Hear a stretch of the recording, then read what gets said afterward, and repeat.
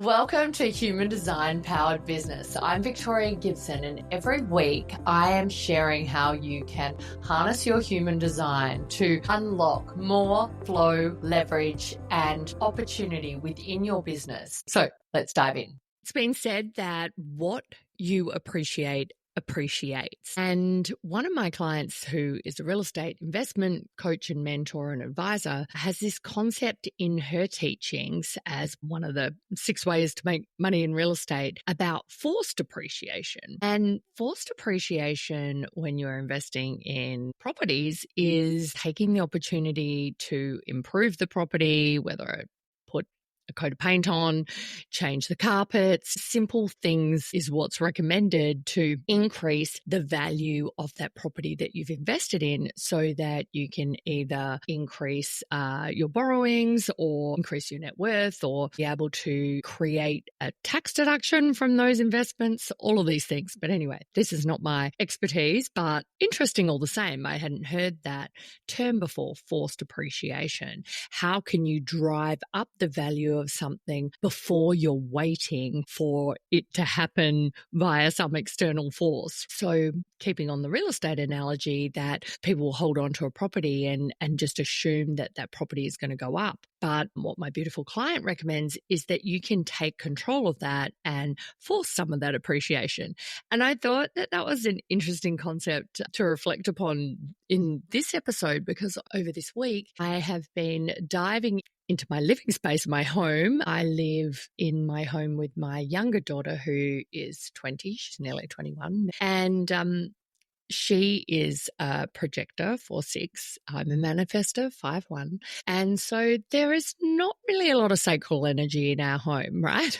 The two of us live here. There's not a lot of people coming and going. And finding that life force energy and that regenerative energy can be a bit of a challenge between the two of us. My other daughter is a generator 3/5, but at the moment she's overseas working on cruise ships out of Miami, and we're in our home in Melbourne. And I've got to say, since living in this home, I've never really loved it. There's always been things that have bothered me. And one of those things was having where my office was. So spending a fair amount of my time on my business and in my office. It didn't really feel like I could close that off from the rest of the house. It had my own area, but I didn't have a door, and it sort of felt very transient. So that always bothered me. And it was funny because my daughter Millie has this friend who is a generator, and she had been spending a lot of time around at our house. And one of the benefits of that was that she loves to get things going and get things organized, and wanted to kind of get into our garage and organize it. And in that, I sort of felt a bit guilty that she was in there like organizing all our stuff, and we had things in storage in the garage, and often the garage becomes that place where you just put all this stuff, and that had definitely happened in our house. And even despite the fact we had tried to clean it out a few times, it still felt like there was a lot of stuff there. So I went down there and I started to sort of feel her sacral energy and the energy to start getting rid of some of that stuff and opening up a new possibility for moving around the house. So anyway, long story short, we moved our bedrooms, and I am taking the top floor of the house and now have a big bathroom, bedroom, and a office where I can close the door. It's my other daughter's bedroom, so she's been ousted of that bedroom, and I have reclaimed it as my office, and now I have a whole floor to myself. And then my daughter has another floor to herself, and it's kind of like a mini apartment for her, so she can feel like she has her own space and energy down there as well. And anyway, we have just been talking about it all week, saying how amazing the house we live in is. And that's been after so long of just feeling like, oh, we don't like this house. Wish we could move. This isn't really the kind of place that we envisage staying for a long time. But now it's like we have a new house. And that is like this opportunity to appreciate what we have. We were missing that opportunity to appreciate what was already there. And the value that that's brought in just 1 week, or what it's going to bring in the future, already feels incredible. And this can be the case in business, right? Where we're like having a bit of a fraught relationship with our business. Maybe we're feeling a bit stuck, we're feeling a bit stressed, we're not stepping into our innate talents, or we're feeling like we're having to force ourselves into strategies that don't really light us up, or clients that don't really excite us. I know another one of my clients the other day was saying that she really wanted to pivot her business model because she was over delivering, essentially. She was like, I don't want to be doing it this way and that way. I don't want to go into all the details of it. But, she said, I just need your advice on this. I know you'll give me an answer straight away.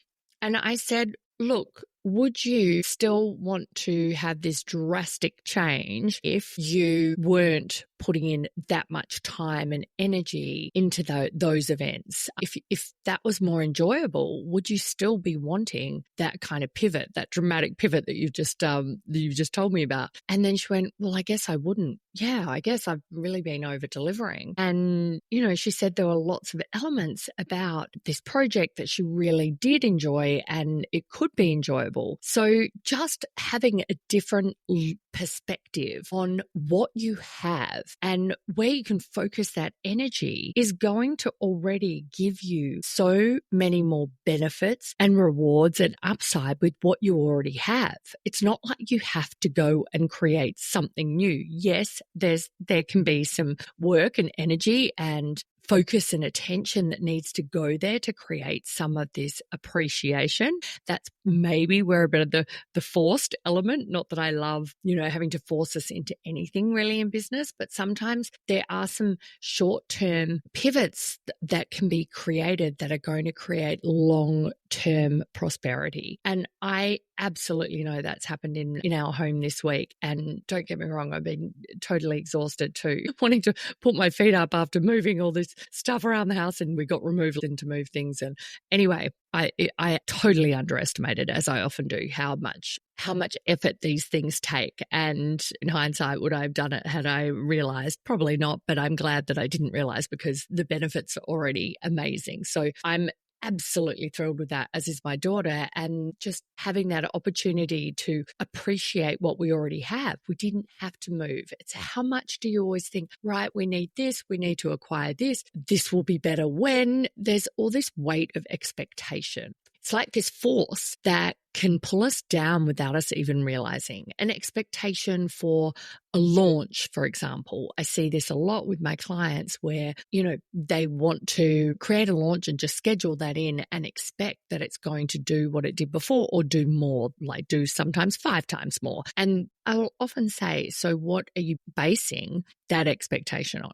It's like, well, it's good to have stretch goals, can sometimes be the response, which is interesting, but it's great to have a bit of data in there too, where we're not just expecting that something's going to happen because it's happened before, or because we might be a little bit frightened of the current market environment, and there can be a fear and frustration around changing markets and consumer patterns and behaviors and things like that. Like, that's part of the dynamic nature of being an entrepreneur and being in business, that we have to adjust. And part of that adjusting will be appreciating what we have. And that can be true in our relationships, whether it be, I know, with my younger daughter, who, I've always found oftentimes challenging growing up. But now we've got a whole new relationship, which is such a beautiful gift to me now. And that connection has really, really grown. And I just look at her and I'm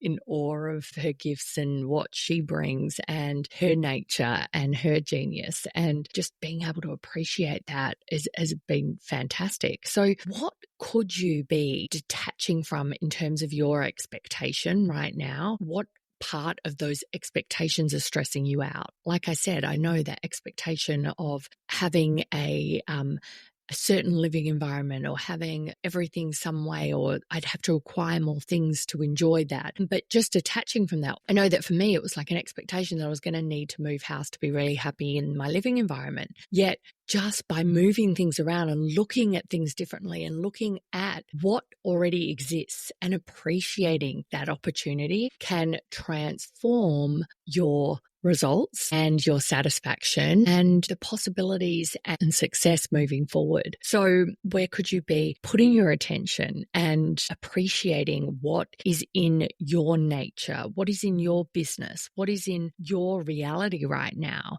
that perhaps you're overlooking because of the weight of expectation? So be thinking about how could you improve what you already have, maybe in a shorter period of time that's going to give you more lasting results. So another way to think about what could you appreciate in order to have the opportunity for it to appreciate. And generally, we're going to want it be either our energy increasing or our sales increasing or our results or goals or whatever it might be. And maybe it is about having more time and more freedom in your business. That could be a beautiful thing that you want to grow and increase. Part of that might be about focusing on the levels of freedom that you do have. Oftentimes when I felt like I didn't have the direction in my business or I was feeling like burnt out, it would feel like it was just closing in on me. But if I really stepped back from it, I was still master of my own destiny. I have my own business. Is there any better,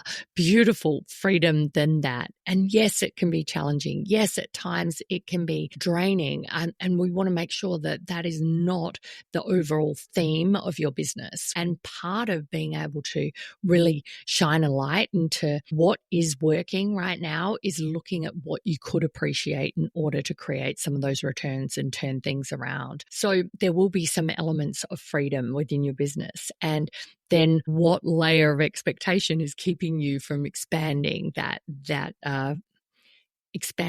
freedom? I'm sure you'd no doubt be able to find some, whether it be thinking that because something has been done a certain way, it has to be done that way, even though it completely depletes your energy, even though looking at it and putting some attention and energy there could probably illuminate another possibility for you. So in the spirit of that this week, where could you perhaps shine a light and look at opportunities to create more from what already exists? A longtime girlfriend of mine who I studied with at university offered to me one day, she was saying there's this concept of accretive relationships. And I never really heard this term before. And in fact, I Googled it before. I was like, is that even a word? I've never heard it since, and I hadn't heard it before. But this term was so interesting because she was saying, if I want to meet someone and couple up with them and be with them, then I want it to be an accretive relationship. I want the two of us coming together to bring about more than just, the two separate halves of ourselves. I looked up the definition for accretive relationship, and it says an accretive relationship is one in which both parties grow, expand, and become more through their connection, where the whole becomes greater than the sum of its parts. So how could you have a more accretive relationship with your business? Sure, it'd be great to have that in a romantic relationship, but how could you also have it in your business? Apparently, the opposite of the accretive relationship is an extractive relationship, one which depletes or drains you, or static relationships which maintain, or there's like gate 16 in our human design, which is very much about inertia taking hold. If you haven't got that enthusiasm and that inspiration to move ahead, you will stay stuck, inert, right? So static relationships can happen in business as well. So we want to transform any draining or extractive relationships or static relationships with your business into an accretive relationship where you're able to create ongoing momentum, generate new opportunities, foster some innovation and value from what you already have, and support sustainable growth where you are inspired, where you are energized, where you are getting amazing results. You could also be thinking about accretive relationships with your clients or your audience. How could you be delivering more offers and opportunities that are mutually enriching and expanding and energy multiplying instead of draining? So every interaction in our business creating more value than it consumes, whether that be in terms of expense, like actual line items in your balance sheet or your profit and loss, or, the value in terms of the results that you're creating for your clients. And that's time timely right now for those of you who, know about transits within human design. At the moment, we're transiting through gate 52, which, can be one of stillness, but one of the lower expressions of gate 52 is one of stress. So if you have been feeling stressed, particularly in relation to what's going on in the world, feeling a little fearful or uncertain, those things can bring about a lot of stress. And that can lead to, rather than just the craziness of feeling stressed and trying to make a thousand things happen at once, the reverse can be true also, which is where we just feel really stuck. And like I said before about that inertia. So I know that can happen to me in business where I'm just like, well, I'd rather maybe just not move forward with that. Let me just think on that for a bit longer. And you can dress it up as trying to, strategize or plan or create a better outcome. But generally it will be rooted in something that is from fear or reactivity. So pay attention to that too this week. We want to be moving forward, even if it's in small amounts. It doesn't have to drain your energy. If your attention is on the problems and breakdowns within your business, or scarcity thinking has been saying that there isn't enough, that more is better, or that's just the way it is right now, then that is where your energy is going to live. And those thoughts and fears grow from the attention you give them, and they can really just take over your results, your life, your mood, everything. So no matter what you do in your business, it's not going to be enough, and you're not going to have the peace of mind that you deserve. That is because you'll expand the presence and the power of that attention and that scarcity, and it's going to tighten its grip on your business. So instead, where could you be creating some accretive business models or opportunities? So for the generators, could that be in longer term client relationships? How could you keep creating invitations for your clients to stay with you past the current relationship that you have, past the current term, or past your current delivery of offer? What could be that next step?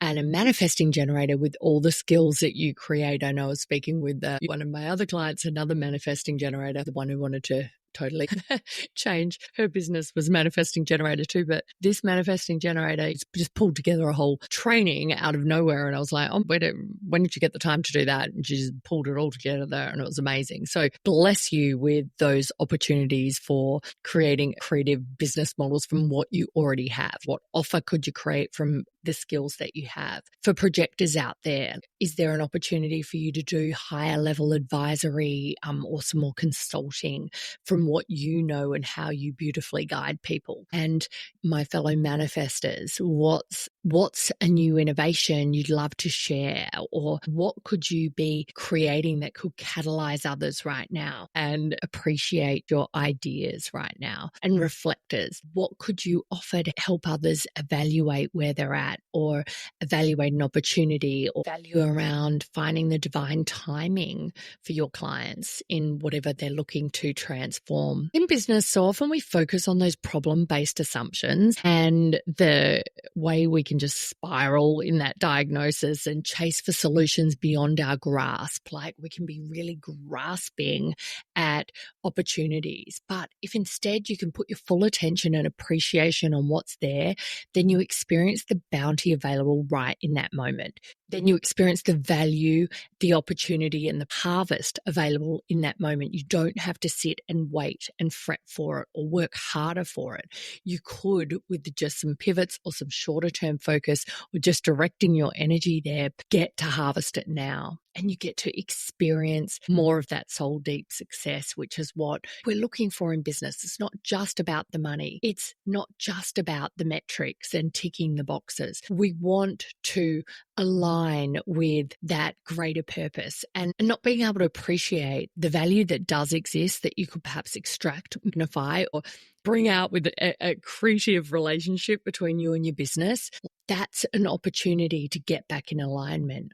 That's what your business can be when you think of it as an accretive relationship, when you appreciate the opportunities, then you're going to see things appreciate. You get to generate that vision and you call others to that experience too. And in the context of creating soul deep success, every aspect of your life becomes an asset just because you have the ability to embrace it, learn from it, and make something of it. What you appreciate and the way you direct your attention determines the quality of your business. It determines the opportunities, the appreciation of your results. The power of appreciation, it's available to all of us anywhere and anytime. So what could you appreciate this week? Take it from me, just the opportunity to totally see something that was bringing you down or draining you or you perceive to be a problem as an absolute gift is one of the best things you can do right now. I'll talk to you next time. Thanks for joining me on this episode. If you want to dive deeper and get the practical path to leverage your human design and turn energy blocks into business breakthroughs, then you're going to want to see my latest class. Make sure you head to victoriagibson.com and click on the Watch the Class tab, and you can uncover more about what is encoded within your energetic blueprint and how you can harness it for unlimited success and to step into your true potential. I cannot wait to see you over there.